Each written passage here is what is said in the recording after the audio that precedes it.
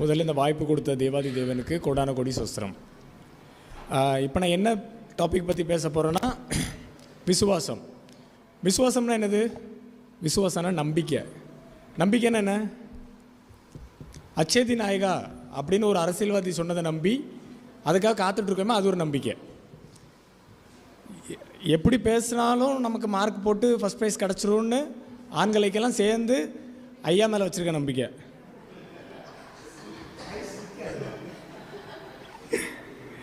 என்னைக்காவது ஒரு நாளாகட்டும் நல்ல சமையல் பண்ணி கொடுத்துருவான்னு 90s கிட்ஸ் புருஷன்மாரெலாம் பொண்டாட்டி மேலே வச்சுருக்க நம்பிக்கை.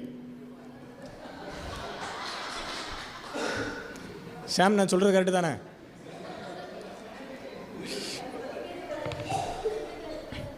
இப்போ நம்பிக்கை நம்ம வச்சுருக்க நம்பிக்கை, இன்னொன்று ஆண்டவர் மேலே வச்சுருக்க நம்பிக்கை. ஆண்டவர் மேலே என்ன நம்பிக்கை வச்சுருக்கோம்? நம்ம நம்பிக்கை வச்சுருக்கோம், எல்லாரும் ஆண்டவர் மேலே நம்பிக்கை வச்சுருக்கோம். ஆனால் அது நடக்கலைன்னா நமக்கு ஒரே கவலை, பயம், டென்ஷன் எல்லாம் ஆயிரும். இப்போ ஒரு வசனத்தை வாசிப்போம். கலாக்கா ஒரு வசனம் வாசிங்க. எபிரேயர் 11:1.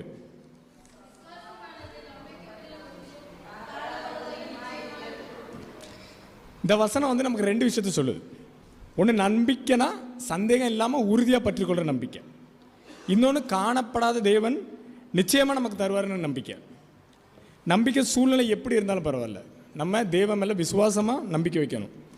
எக்ஸாம்பிள் பார்த்தோம்னா, இஸ்ரேல் மக்களை பார்வோன் சேனை ஒரு இடத்துல துரத்திட்டு வரும்போது முன்னாடி செங்கடல், இங்கே போகிறதுக்கு என்ன பண்ணணும் இங்கேயும் தெரியாது, இங்கேயும் போக முடியாது.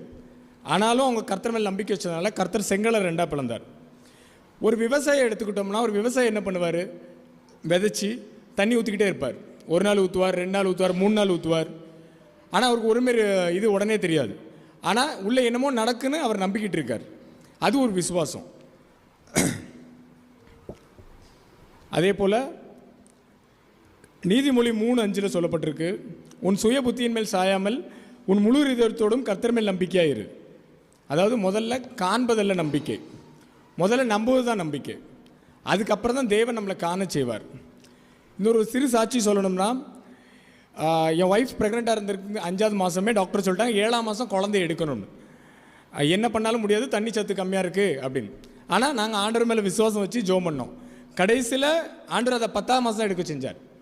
அது மாதிரி நம்ம இப்போ என்ன சொல்ல வரோம்னா, கடைசியாக கன்க்ளூஷன் என்னென்னா, என்ன சூழ்நிலை வந்தாலும் நமக்கு எது தெரியலைனாலும் எப்படி இருந்தாலும் ஆண்டவர் மேலே குருட்டு நம்பிக்கை வைக்கிறதா நம்பிக்கை.